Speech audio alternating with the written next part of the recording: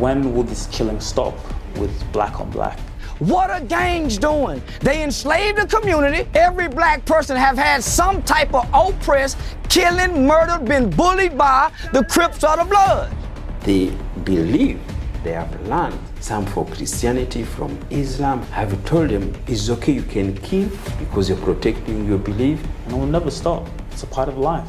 Life is a transaction.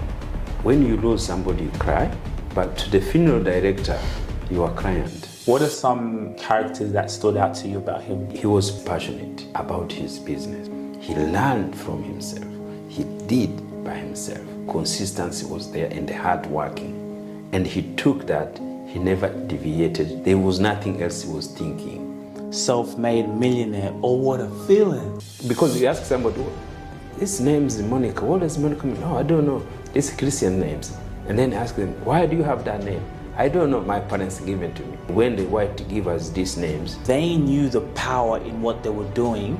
It was interfering because they know the culture was powerful. Because there is no other way before colonialism. They don't know how to name their children.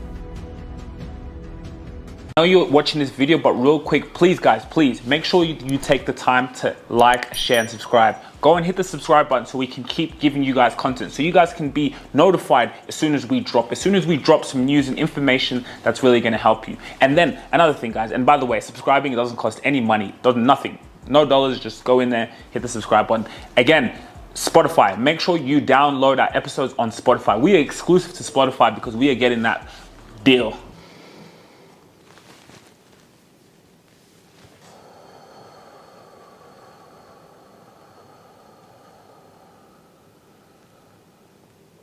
Welcome to the Rubasha Family Podcast. We're back again for another special episode. It's been a while since we've been together in the podcast setting. I know you guys have seen a lot of content that's dropping, more news, more information, so make sure you go and subscribe.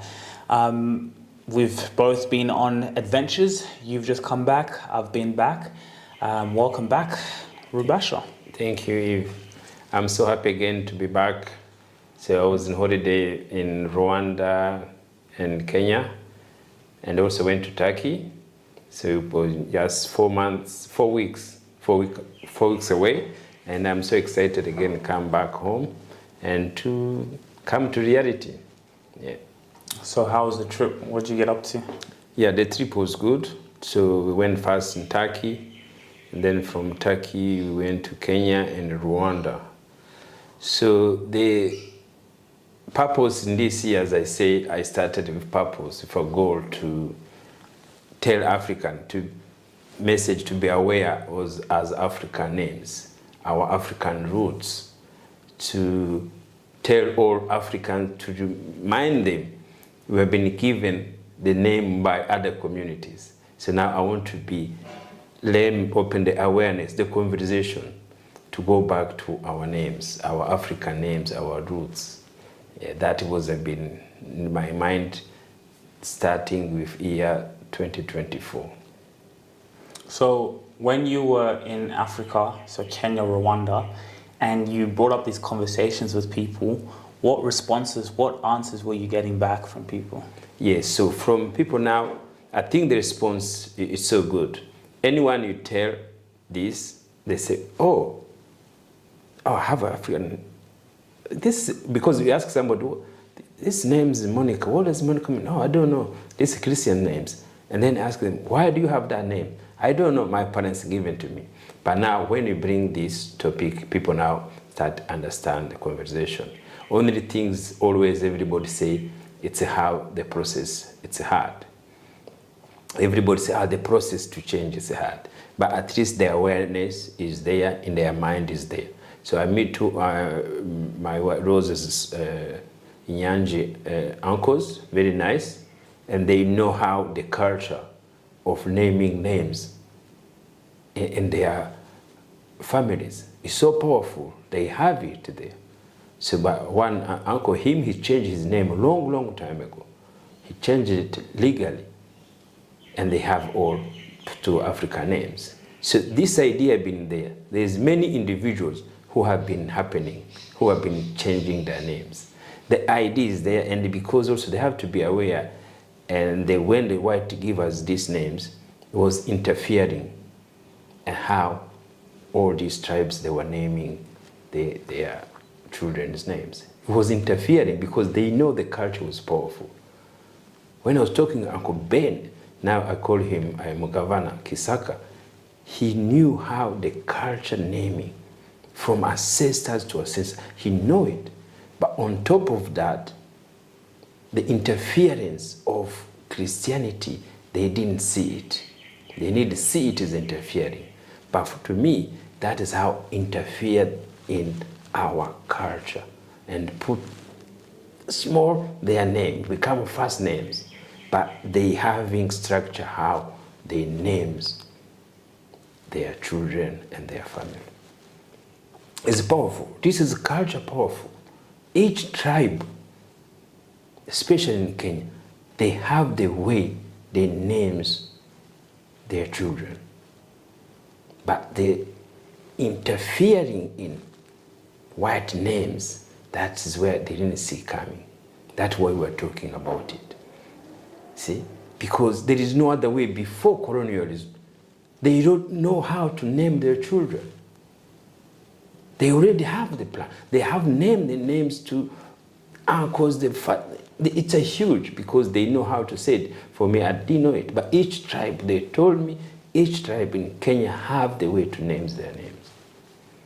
And that's come now interfering of the white names, the regional names, and the Islam names. So the Arabic man, or the Arabic names, the Christian names, so they knew the power in what they were doing. What power does it take away when you take away the name and put your name? Yes, so it is a partial culture you take away. Yes, it's a part of your culture you take away. So now, your identity now, he had to become two. You see? Normally you should have one identification as African. People sees you, say, oh, this is African man. But now when they sees you, they have to go to check name, is a Christian or is a Muslim? See, you are African, Christian, or African Muslim. See, that is how another identification they put it in our mind. And that identification what created the conflict. So which, as I say, let's we take whatever belief somebody could say, we have to have a freedom for a belief. You could be Christians, but have African names. You could be Muslim, but have African names. That is how it was to be. That I was before. But now, to interfering now, to bring the names now, give us their identity for your ancestors. You see, if you give you Brown, or Michelle, or Etienne, that is their ancestors. If they give you Ali, Mohammed, that's their Asma, ancestors. that is their ancestors, not our ancestors. And the things now I found now, which is so hard now, especially in Kenya, in tribes. So if you say like Atieno or Tieno, they know which tribe this person belonged to. If you say Karonzo, Musyoka, they know which tribe they're coming from. If you say Musari Mudavad or Mochuma Niva, they know which tribe coming from. If you say maybe Kariuki, Muriuki, they know which tribe coming from. But as Africans, we have taken other community names, but it's hard for them, they told me, between the tribes, to give somebody's Africans or Kenyan, and you give them a different tribe names. They will not allow together. Never. He said, no, it doesn't happen that way. But you see, we can take others' communities' names, and because they interfere in our mind. Only the African, they can take name between when there's intermarriage. But in their names again, they can't. Because that is how we go back to our roots. Our roots naming, it was cultured names. It was there before. And that is why a white man came in now to identify us with their belief and with their name of ancestors. These things have to be changed. They have to be talked about it and be changed. And we spoke about this a little bit earlier. It's true, I've never seen a white person with an African name or an Arab person with an African name. I've never seen that. No. Maybe Never. if it has intermarriage. Yeah. Yes. Yeah. If they are connected to a marriage. So that you agree. We are saying if there's mix, we have to have mixed names. That is how it is. See, because you have to share, we have to share culture. We can share names between tribes, but we could not be imposed others people names without thinking about it, without questioning about it. This is what I'm bringing up. We question it. How did we get these names? Why did we get these names? Is it because our name wasn't good? Or is it because they knew how to market it well? See, this is where I'm coming now, as I said, this century, somebody who created this social media is so powerful. It's so powerful. There's nothing has created that this social media in the 20th century. What does that mean? As Africa now, we have to look ourselves. We stop blaming and we start to become victim for anything, because what we got to learn now is to market ourselves. With these tools in our hand, that's how we are doing it. See, this is why I'm there coming is, my idea and my purpose 2024 is to market African names, to let us, the children comes, they have their own African names. It's hard, the one which we're having is not problem, but we talk about it, the awareness. Now to naming next generation, to name names by African names. You know, I realize, you see all these cars you see, these Japanese cars, everything.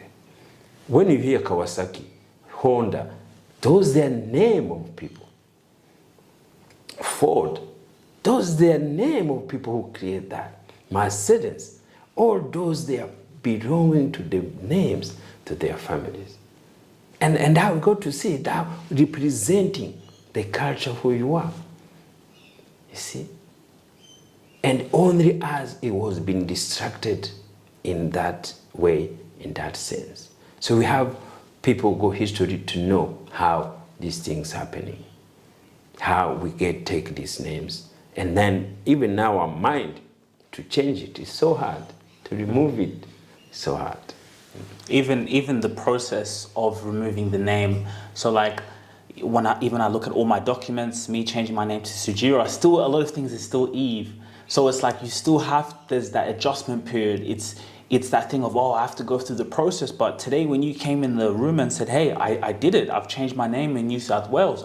It inspired me like, oh, wow, I can do it. And another thing I want to say, since I've been telling people my name is Sujira, like I've been getting responses. People say, wow, Sujira, like that's a good name. When I hear them say Sujira, it's like they could see this is an African name and it's powerful. And that's when I really realized this thing is very powerful. For me to walk in a room and say, my name is Sujira, an African name, not French. You know, the power of the names is really profound. You talk about these brands. I remember being a child. Hey guys, I know you're enjoying this video, but please take the time, hit the link in the description and sign up to Rubash's new screen. You can sign up either monthly or for the year to really invest in yourself, to really cultivate your mindset, cultivate the power of who you truly are.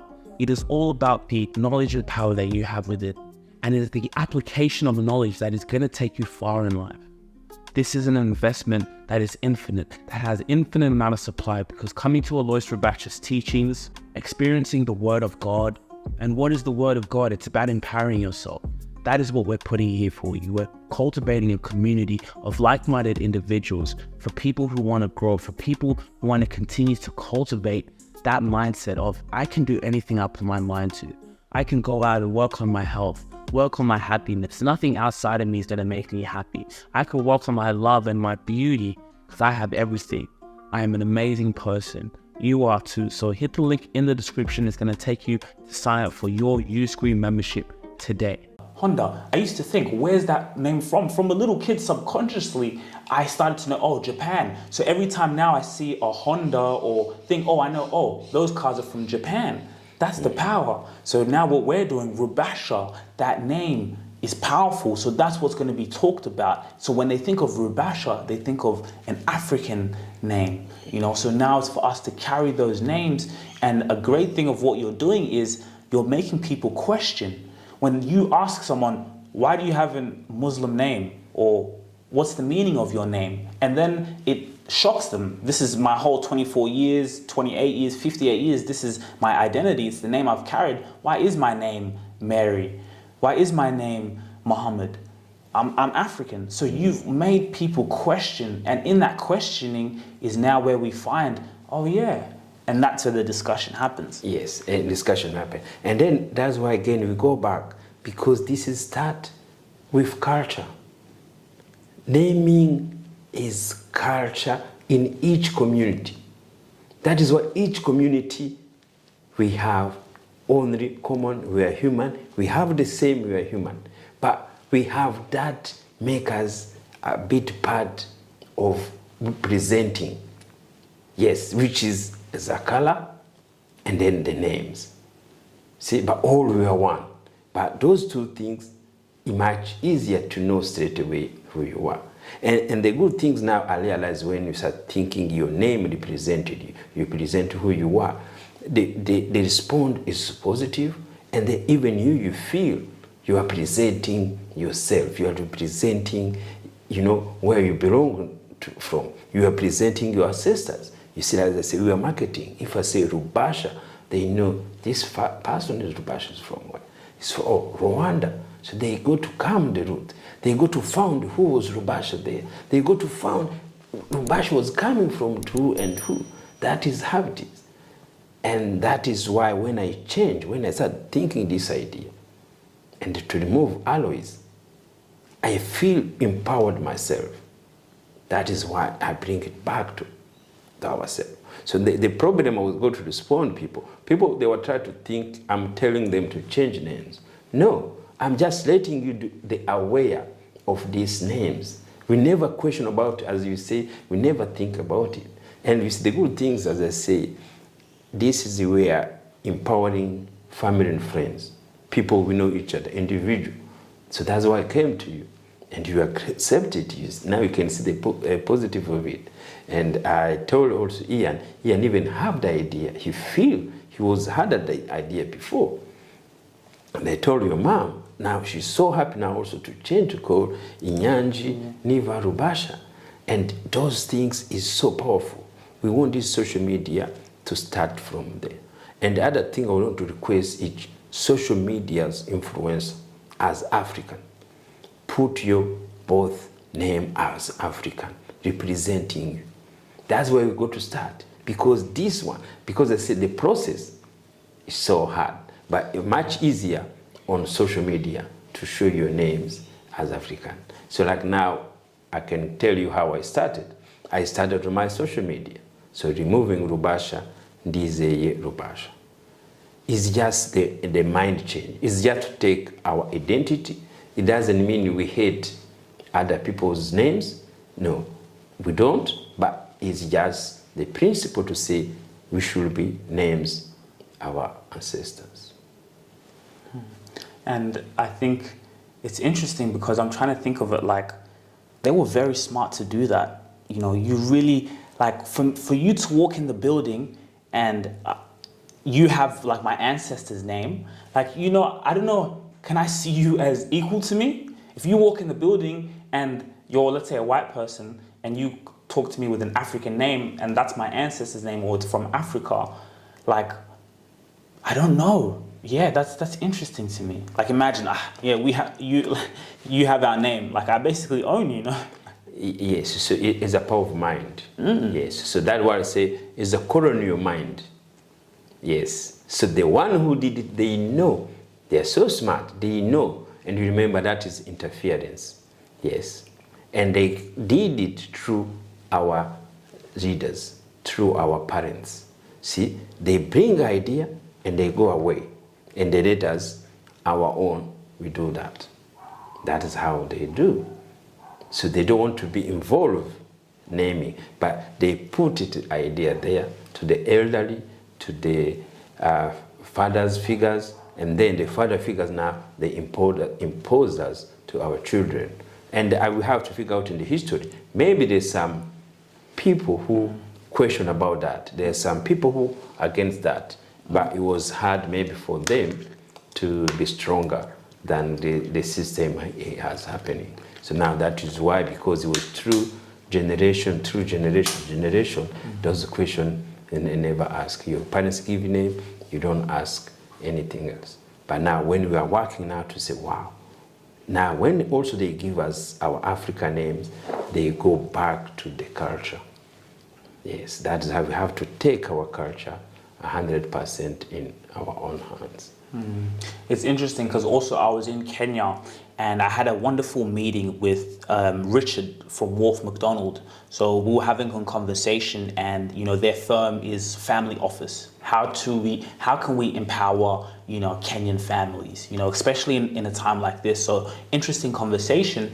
And then when I was doing a video, I said war because the cricketers, they say war. But he interrupted me, he said, no, it's Wolf McDonald. That's how my father named it.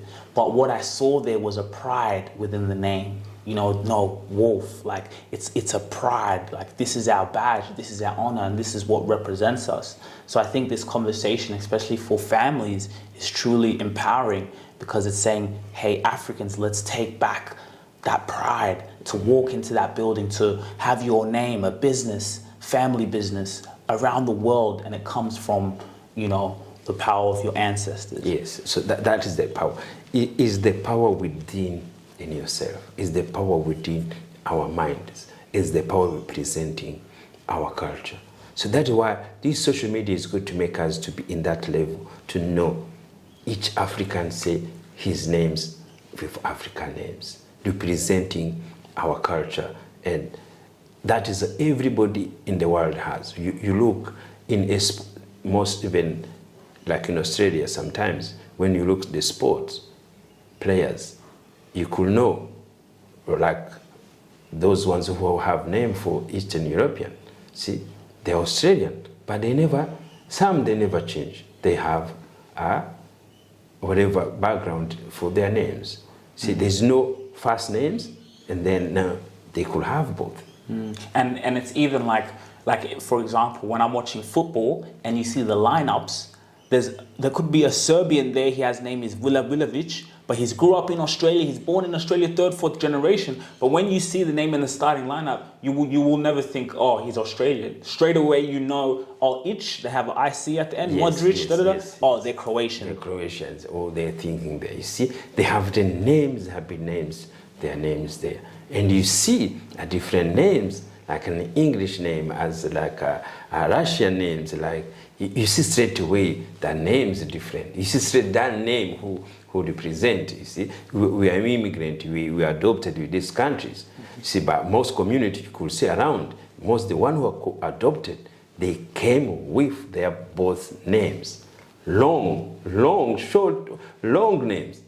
See, there is nothing wrong to have a nickname or whatever. That is okay. But your identification had to have your names. That now again lets our social media have our African names. This is what changing. And I can go through the process. Because I live in New South Wales and Australia has that, they have that knowledge. Australian, the whole community, they have that knowledge.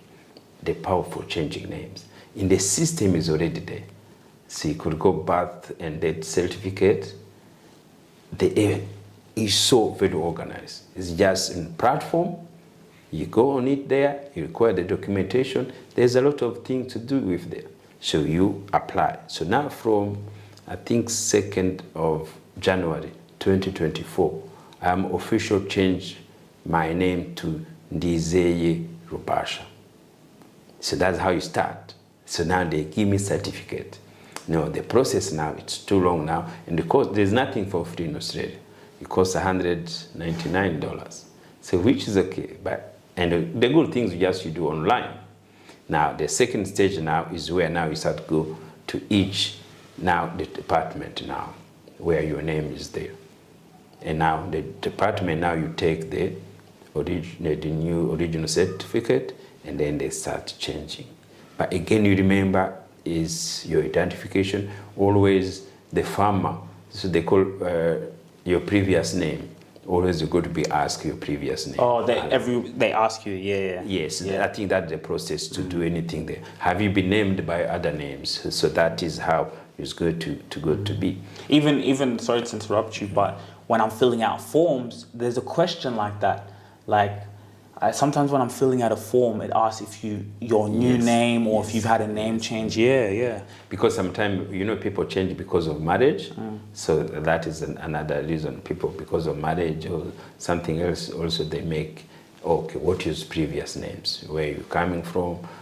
Because also it's just about maybe safety of people, because changing name is not something they take granted. So that is why you could see it is so powerful. So now, the process, people thinking, oh, it's so hard. But no, it is there. It's very organized to do it. Now, these days with technology, it doesn't make harder. But because there's farmer, the name is not going to come out there. Even if they know you have certificate, they know what is there, what they change. It's got to be there. And then now from there, it's got to be simple. But again, because also I'm a dual citizen, so also I'm from Rwanda, so I have also to do that now in Rwanda. So now the good things also in Rwanda have put also another platform, special like here, called irembo.com.rw. So which is also so good, it's everything there online. And also they made it nicely. They were to ask the reason of changing your name, and they say, is it cultural reasons? Really? Yes. You see, it's there. So cultural reason is acceptable to change your name. So now my next change, so he have to be to Rwanda. But Rwanda, I have to be there, take long times. For them, they have to take to they call it like advertisement on the radio for 7 days. To be anyone can reject any rejection for maybe you owe money people, or maybe there's something you have done. So you have to make sure that 7 days if publicized, and then also they can give you the approval to change your name. The process is wrong, but it's happening. But again, it's in the mind. It's to let's come back to our roots. Let's discuss about it. And I want your generation, your young kids, let's talk about culture. Let's create our names, African names. Let's make nice one. Let's put, we are a society which we're growing, which will have millions of people. Let's put our best we can do. There's some things which representing us. We are everywhere. We found African American, I say African Australians. We should have bear that names. We should market that names. You see, it's African, we create names for that. It's just to revolutionize our mind. See, that is colonial power in the mind. You're driven by a mission. You're driven by a vision. I understand you. Here at ETS Rebasha Media, we're all about nurturing your vision. We all know social media content is the utmost important in 2024. If you don't have content, you won't survive in the marketplace. Whoever has the attention has the leverage. What's going on in the world? It's called the media infrastructure in our society has shifted. Have you ever wondered why when there's a coup, while they go to the palace to get the guy or the gal, they also go to the newspaper, radio station, and TV station? Whoever controls the message has the leverage.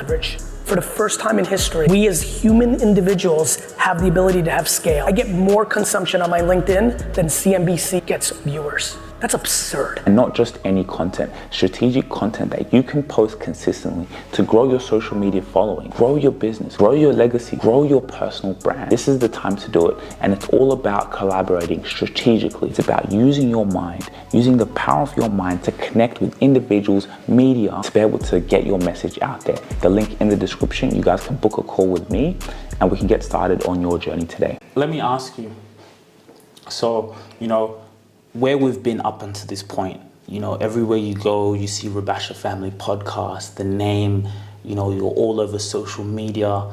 Now you're bringing something like a movement, a revolution, you know. What do you think your mom would say if she was alive? Yeah, so as I say again, for when you grow up as a kid, see, the mother could know the kids how to grow. But again, when I grow up, I didn't have that much desire what to do and what to be. See, for me, I was easygoing. And when I grew up, I thought I can work with my business, my dad business, everything. I never have an ambitious until maybe I start growing to be 50 years old. But again, also, the things where I have connected with my mom, it was not even about what I could bring to the people, but the way I would carry myself to the communities, around the families, to put people together.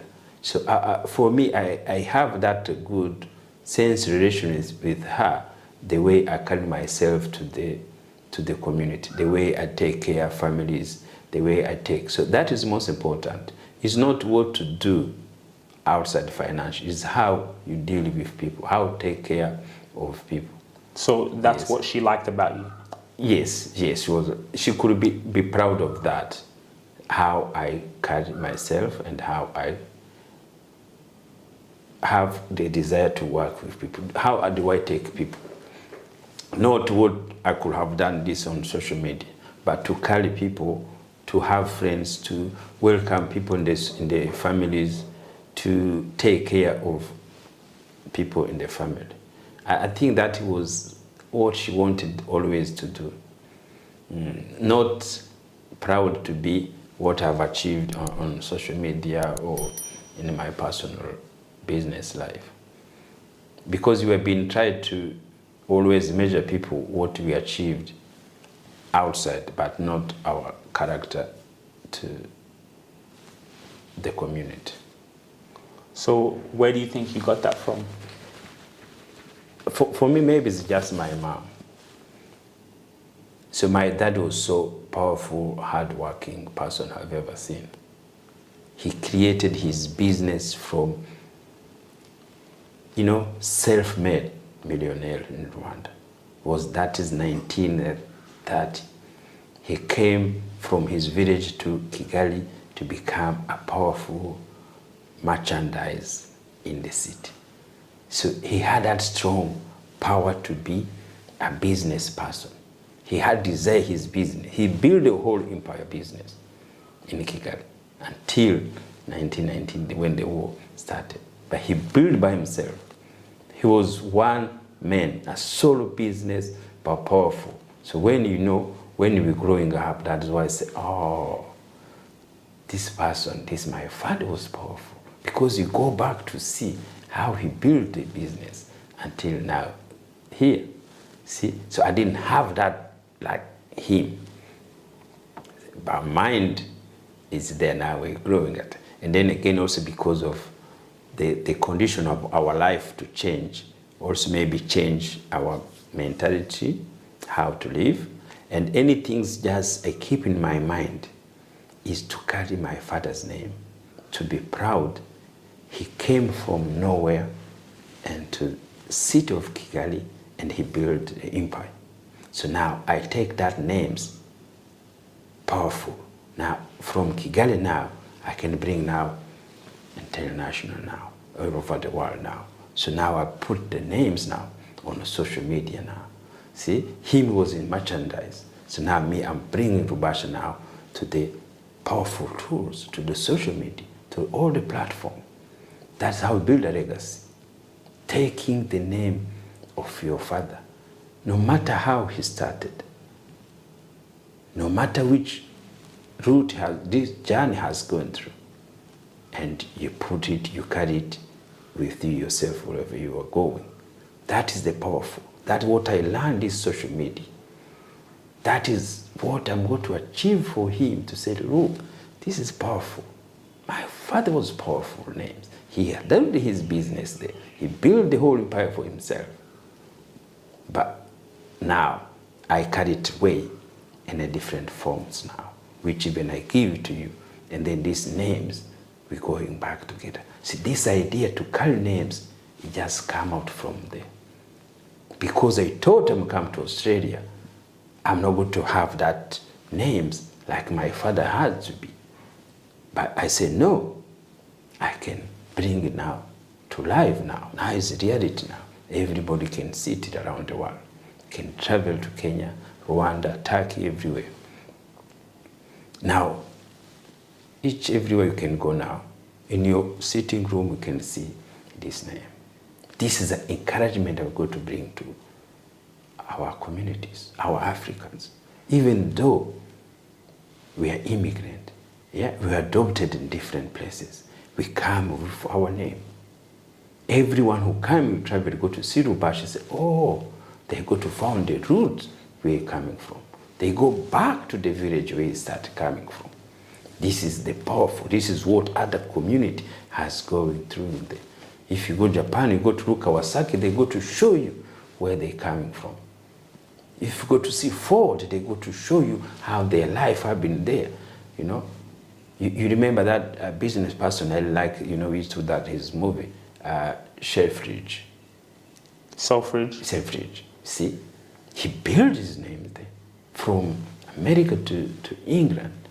See, even the things that you see the street name this there in Australia, all this Macquarie, all those they are people. It's crazy. Yes, it's crazy. All these people, you see the names. Banks, it's somebody's names. Everything, all this Port Arthur is somebody's name. Everything here you see in Australia, they carry powerful names for the people who came, who create this country. They go to show this the people who build this city. These the people who do these things. And now I can see also, I was going a place, there's, I think is a hospital or something there. It was named with, I think the guy passed away, but he's Australian Chinese. But now the institution called Chang, so we can look, we can Google it. See, they also adopted his name because of what he has done. Every name you see there is thing there. But you go to see an African names here in Australia has done anything? No, because they were not part of that. But now, can we start to see it now when we're immigrant now? Yes, let's be immigrant with our name. Let's build legacy through our family. The name is powerful. And I like you because also that's how we have to inspire your children. Now you go to carry it, these names. That is how work. Somebody in the village from in Byumba came to Kigali, and now I carry this name from Kigali, bring to Kenya. Now I bring this name in Australia. That's how history is built. And then your children carry it on. Yes, carry on. This is a platform, that is what they're doing. This social media powerful is marketing to ourselves. That is why our person who created it, give it to our own hands. We stop blaming, we stop being victim for what is happening. We start this new chapter to market ourselves, to market as Africans, to market to other society. We sell ourselves to the community, and they go to welcome us. We see it everywhere you go now. You say Sujire Rubasha, and everybody say, wow, what a beautiful name. Start conversation. And even when you said about grandfather, reminds me of a bar, self-made millionaire. Oh, what a feeling. Bar, yes. Self-made. So grandfather was a self-made. So what was his business? What was his idea? How old was he when he left the village? Yeah, so the age, I think, was older. So when from his village had a merchandise, so which you could sell, like in the market, you could sell everything. Sugar, tobacco, alcohol, everything in the village. So now he came to Kigali now. He was doing now import for spare parts. So we used to sell bicycles, the whole country. So he would sell the spare parts or Yeah, the the whole? spare parts and the whole. Because bikes were popular at that time. Yeah, it's popular. It's a mode of transport in Rwanda. So bicycles. So even now, the people who are doing it is so powerful. Go to Europe. In Europe, they're like cars, Yes, man. yes. So we are importing from China everywhere. We are selling the whole country. So he made for himself, without no qualification, no education. He became a powerful business person in Kigali. So Yes, you have to be proud of that. See, we don't tell our children this kind of things. So we have to keep bringing our history where it is. Yes, we will go to create his history as grandparents. That's how we go to do. We have to put it in social media marketing. He has created, like any other mind has created in Australia or in America, or is the same mind. A merchandise in Kigali, in Kenya, in America, the process and the mind is same. Even Chinese, everything there is the same. But you see what they'll be trying to take away from us. Always we have to admire other people what we have done, but we forgot our parents have done it. I have a friend, we grew up together. We meet in Nairobi. We grew up together. I meet with the husband and the family. So they live in America. So one of the daughter, she's a doctor. And I told her, look, your father was a powerful doctor. how old is she? She's 22. And, oh, yes. And they say, you get it from there. Don't think you get this doctor from nowhere. Your power, your dad, because the dad was my godfather. See, when I told her, she was shocked. See, maybe mom, she could have mentioned about it, but she never tell her what you are getting now to be a doctor now is just from your grandparents. See how proud she was? And she still studied. Now she's got to know. She's got to search who his father was. He was a doctor, powerful doctor, the whole country. Now they immigrate there in America. Now the daughter is coming in America. But they have to remember, she has to remember. We have to tell them, the parents, we have to tell them, this is where you are coming from. This is where you're doing things. Yes. You see, your mind, your entrepreneurship is going to come from that. People think we can't need to sell the way we were selling there, but we need to market his name. What we are doing it in social media, in this platform. See, this gives you another sense of pride to know where Bigron coming from is a powerful mind. Yeah. There is a powerful mind behind where we were, even when you were talking about it. That's why you got to bear his name. You got to continue to carry his name, even to your children, even to other children. I found it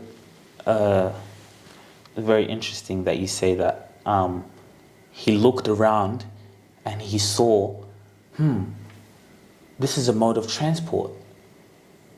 There's people who need to get around. And there was the spare parts, right?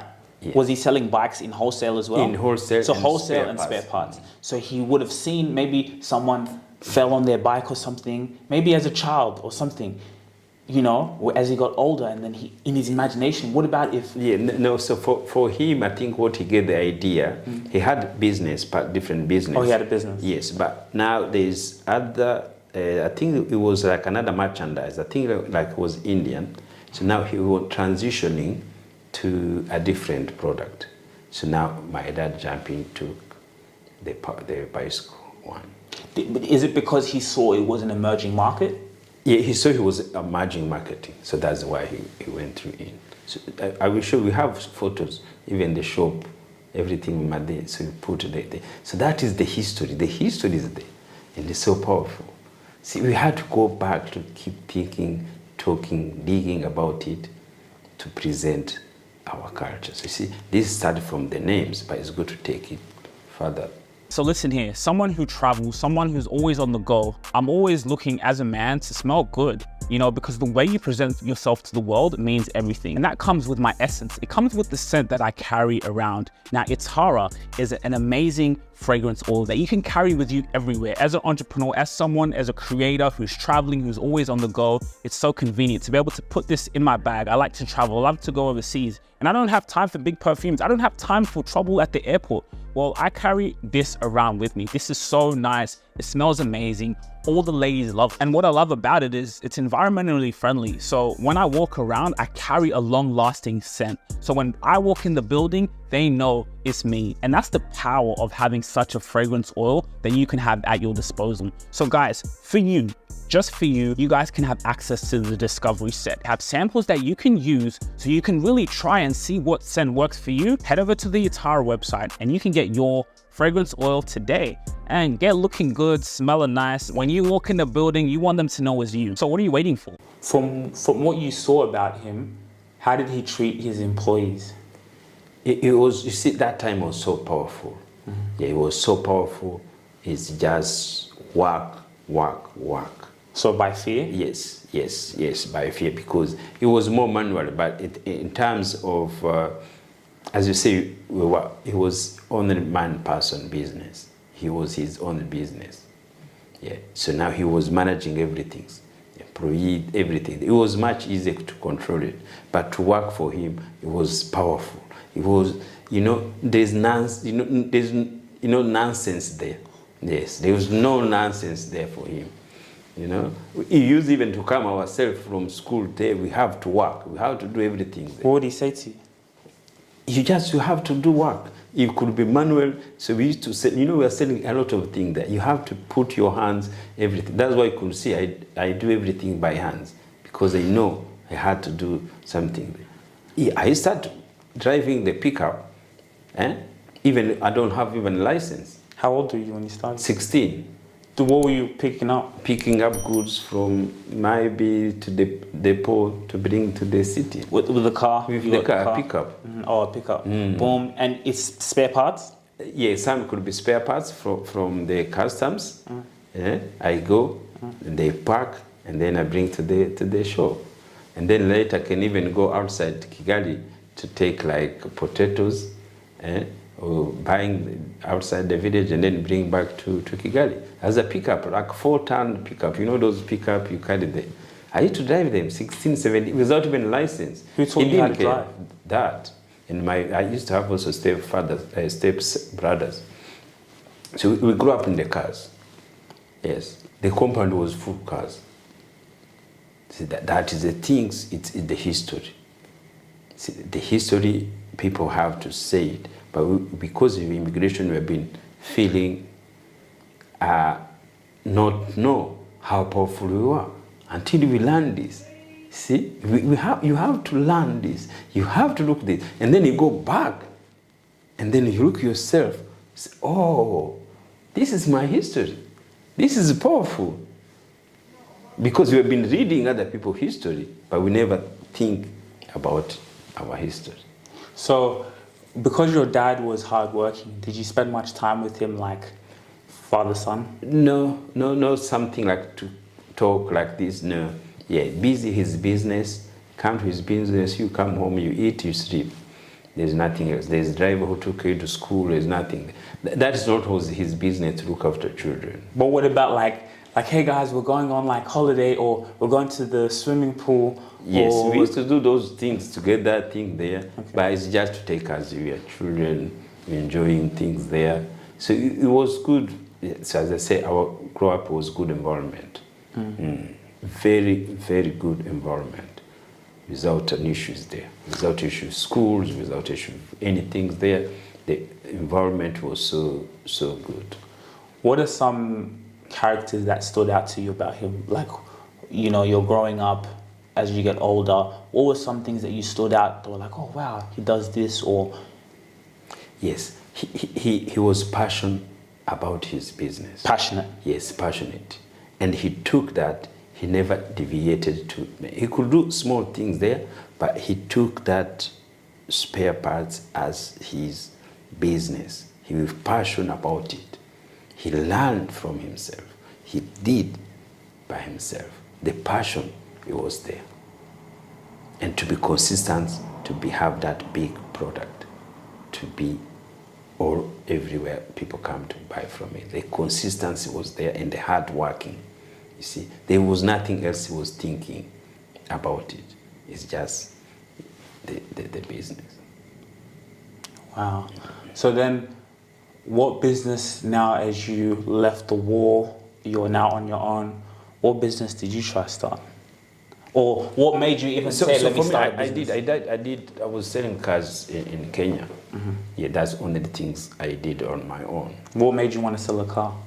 That time it was much easier because we were in Kenya, we didn't have the documentation to open a business there. It was not a place where, as foreign at that time, see, we were a different country, so it wasn't easy to get the documentation.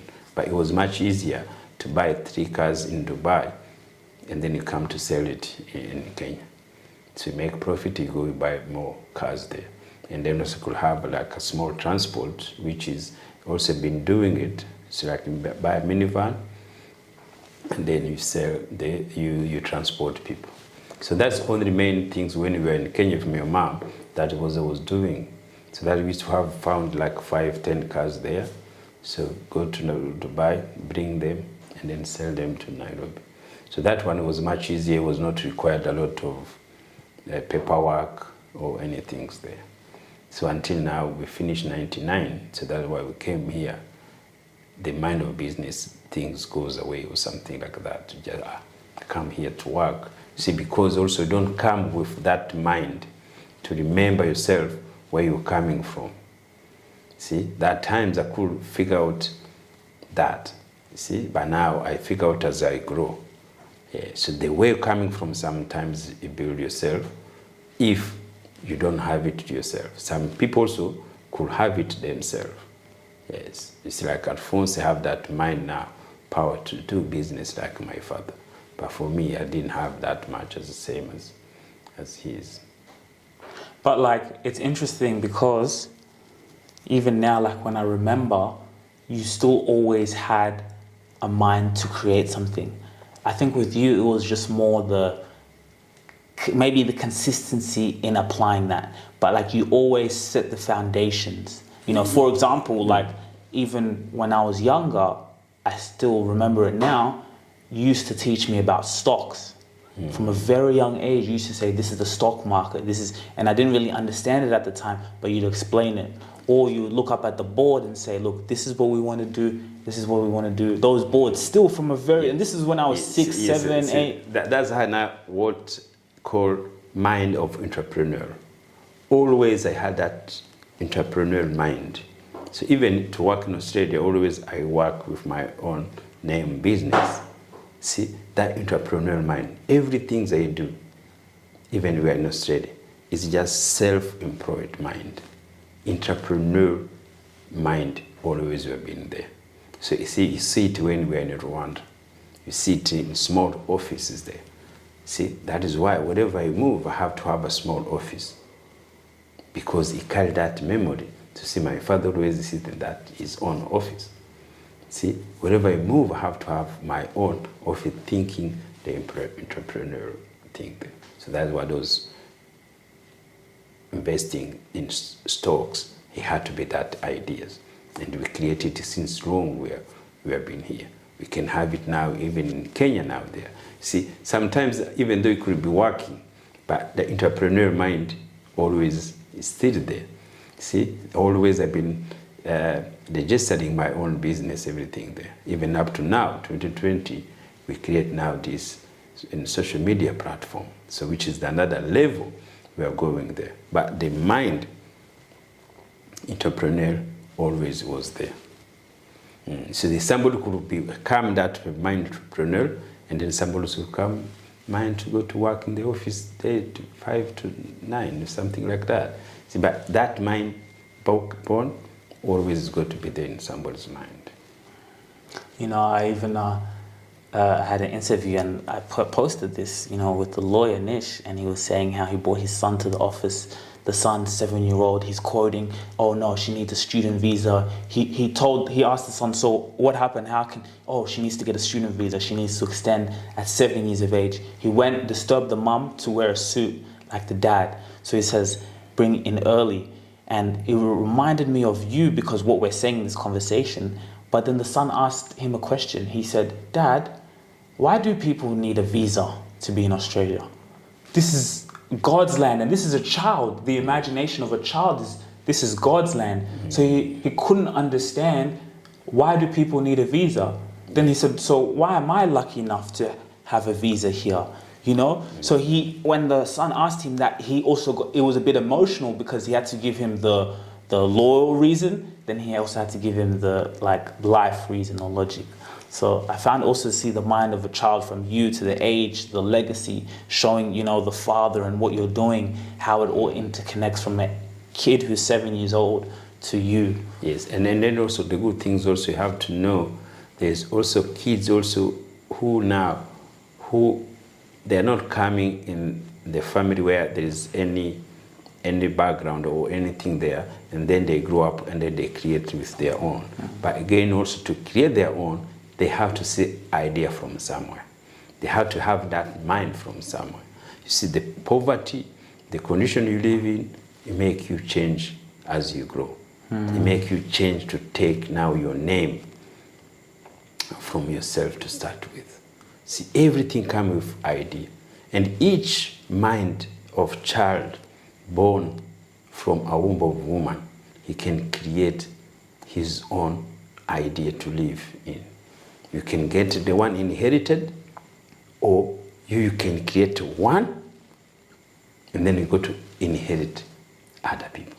See, the mind is powerful. The mind, he can create. So the mind doesn't need to have history to be successful. The mind doesn't need to have a background to be successful. The mind having to be taught, the mind self can create.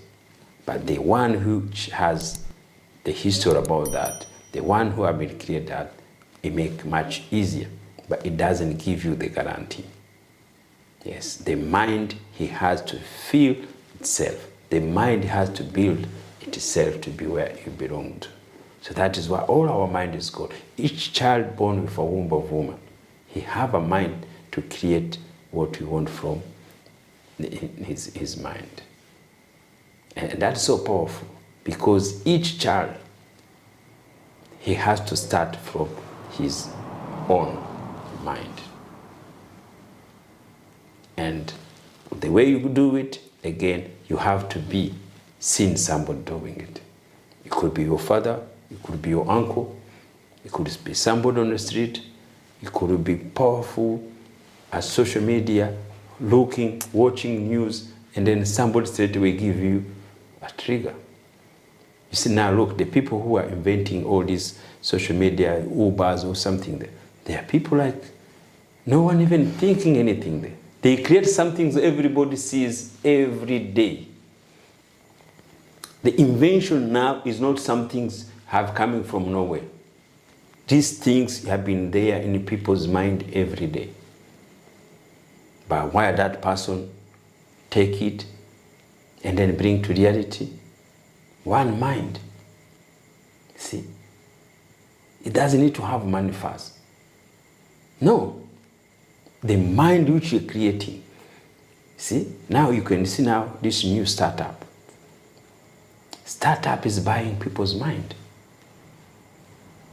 The startup don't have money. They have what? Mind ID. And then somebody come with money. See, these days, there is nothing to start up with money. This startup, these billionaire kids is just from a mind, from ideas. And idea everybody sees every day. Idea professor have studied, because you study, you have degree, it doesn't give you that idea. That's somebody from the street who never did go to school. There he see idea somewhere, he bring it, and then the startup coming there, they put money on it, and then it goes up. So life never change.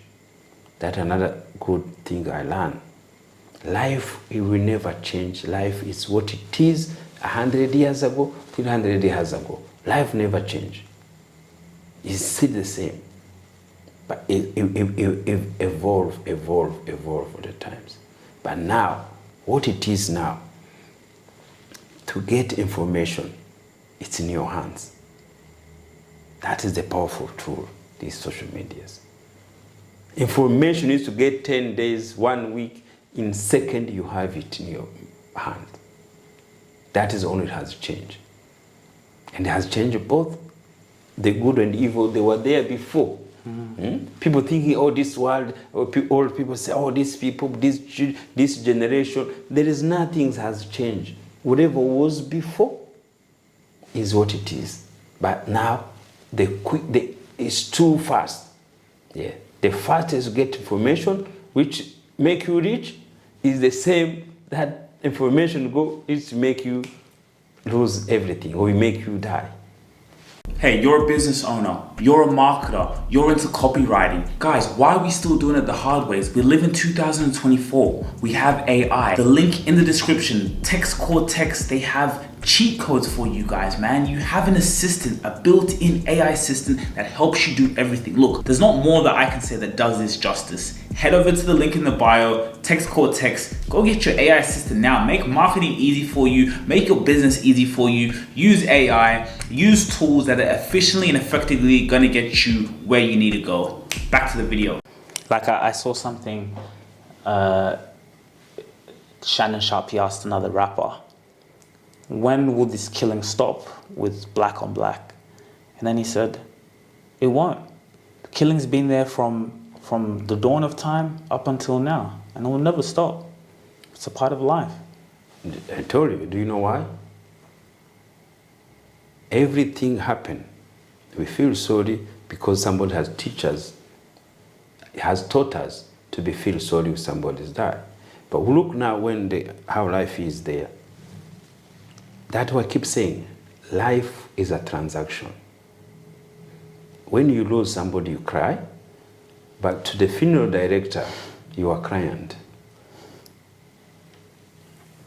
To the funeral director, you are client. They were looking the books. They go to market which funeral director you go to take that person. So do you think that funeral director, they go to cry because you die? They see people crying. Funeral director, he has put his bills, $1 million, and they transfer. What are you talking about? And then you take them to the cemetery, the city council, they are waiting for you. Now they rent it there. So now they make it different for big people, small people, this 10,000. What they do in the cemetery? They get a client. See? The tomb, they are ready now, waiting the one who's going to die. The one who will accident, the one who will be shot, the one who will be thinking there. See? That's part of life. We know that. See? I said, life never changes. And everything you see in the Bible, Abel killed Cain. That's what it is. That is a matter of conflict. It's a matter of conflict. The people who kill their friends, their relatives, their neighbors. These wars always you see Eve. It's not far from everyone. There are people who knows each other. They are brothers. But they believe and they are taught, they have learned. Some for Christianity, from Islam, for everything. They have told them, this is how it is. It's okay, you can kill because your mind has taught you, because you believe, because you're protecting your belief, you're protecting there. But that is in the mind. The saddest things in our life, even if you lose your loved one, that is people feel sad because somebody has taught us to be sad. That is the question now we are trying to come back to the roots. So is it real? Our ancestors, they were feeling sorry the way we are feeling now. I'm not sure. But it's transaction. Before, like now, if you live in Rwanda, like in the village, so if your relative or somebody died, you could go, you dig in your backyard, and then you do bury your person you love in your land, everything. But now you can't. You can't because you have to pay somebody now to do it. See, this is the worst things happen to our life. But again, you look, it's a transaction. It's a building. It's a billion industry. It's a transaction. Yes. In America, those funeral directors, they have to market. Imagine marketing that. Yes. And they have to be done. And I can imagine marketing that would be like, well, death is natural, so wouldn't you want your partner to go off in the best way possible? Yes. Well, they have a luxury tomb here, and this person sells, there's high ticket ones, then there's the low ticket ones. So there's some funeral directors that say, listen, my tomb, your person will rest here the best time of their life, they will never be disturbed. It's made of maybe some gold, some drip there, and he sells that one for 40,000. Yes. And then another one maybe buy, say, we don't have money, just burn it? 100, yes. So the ones for burn, they also charge? Yes, but small money about charge. And you see, remember also again, burning is a culture. Yes, it's a culture. So maybe look, the Indian that decided, I think they're the ones who does that. See, everybody have their mind how to start. So that's how their culture representing what they're going to do with their bodies. The cultures. You see, like Muslim, they just make easier, quicker. It's their culture tell them that. But the Western countries, it's more marketing. They know they're marketing. Those funeral directors pay tax like any other business. It's true. Yes, they have books. They have it's a business. See, when you're crying them, they can't cry because they have to have a client. If there's no one there, there will be no client. The funeral director will close down. And then you see, if you don't have money, the city council or the state, they have to bury the people. Or here in Australia is good. Salvation money can come in there. The people contribute. But whatever you're going, it's going to be the same. It could be $1 million suitcase, or the case, it could be in anything's there. It doesn't make any difference, because always the person who stays in your mind. All your loved ones, the people I've seen who passed away, they're in your mind. They're not cemetery. The cemetery is where the government make money to be able to make a business, to create jobs. But if you go there every Sunday, it doesn't make any difference. You could say in your house, you remember a person who died in your mind. I keep telling my relative there, sometimes they think, why you say that? They were telling me to go back to see where we buried our mom. And they say, why do you need to go there? Oh, you don't want to go to put flowers there? So I'll go to buy flowers again to create a business, somebody, and then you put there, and then you put her on the tomb, and then you say, oh, I came to see that. She's not there. She's in my mind. It's true. Yeah. Do they have to pay rent to stay in the cemetery? Yes, I think some you have to rent them, or when they do it, and then it may be costs, but you don't pay more. You just cost. Yeah, the cost. So they build, they put tiles. See, someone they put big tiles, something there to think is there. You see, there's big ones. Yeah. That $1 million you could put your children to the school, or you can go buy a beer than putting in someone in the tomb. Yeah, because when I walk through the cemetery, I see big ones. Like some even they're like cathedrals. Yes. Some they're small. Here in Australia, I think they rent something like that. It's a business. It's a platform of business around the world. And I'm sure, like, even there's ones, like the Catholic, because you see then when there's a Catholic death, like, I think even in the cemeteries, they have maybe the Catholic Church come in and they set up things. Oh, we can set you. The Catholic Church say, listen, grandma passed away, but we'll set up our Catholic things, $6,000, but she'll be there. She'll go to heaven. Even the church, even the church you pay. Church you pay? Yeah. I think so. You can't call them on Monday and then you give them nothing. See, Monday you bring your people, come there to church, they pray for you, and then you take to the funeral. Yeah, they ain't doing it for free. The whole day. See, it become part of culture. The culture of fearing the culture to feel the power. But at the end of the day, it's a transaction.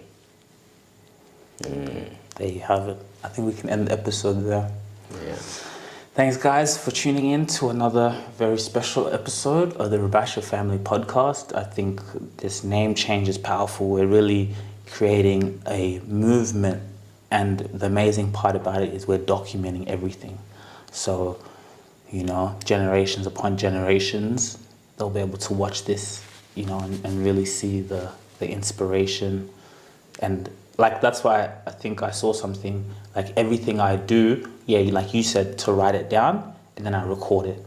Everything I'm doing now, whether that's now, like I've put a segment on our show, the business meetings, you know, I have like 5-6 Zoom calls, meetings, and then I say document it. If it's a training call, talking to someone about editing, record it, put it away, you know. So like now, it's that's why like every day we're doing this. Yeah. You know? So that's got to build, create your story, so create your journey. See, now if you write them in documenting, it's much easier now.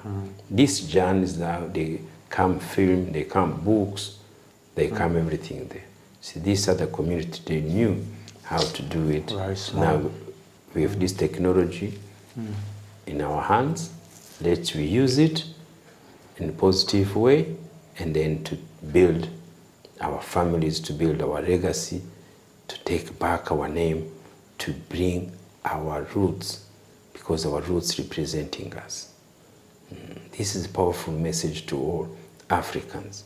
We are not arguing, we are not telling any, it's just to be aware. To be aware, let's go work to feel how our parents, our ancestors' names, their children, and then we can go back. We do the same. Yes, thank you guys. Make sure you like, share, subscribe to the Rubasha Family Podcast on Spotify, YouTube, everywhere. Subscribe to the Rubasha Family Podcast.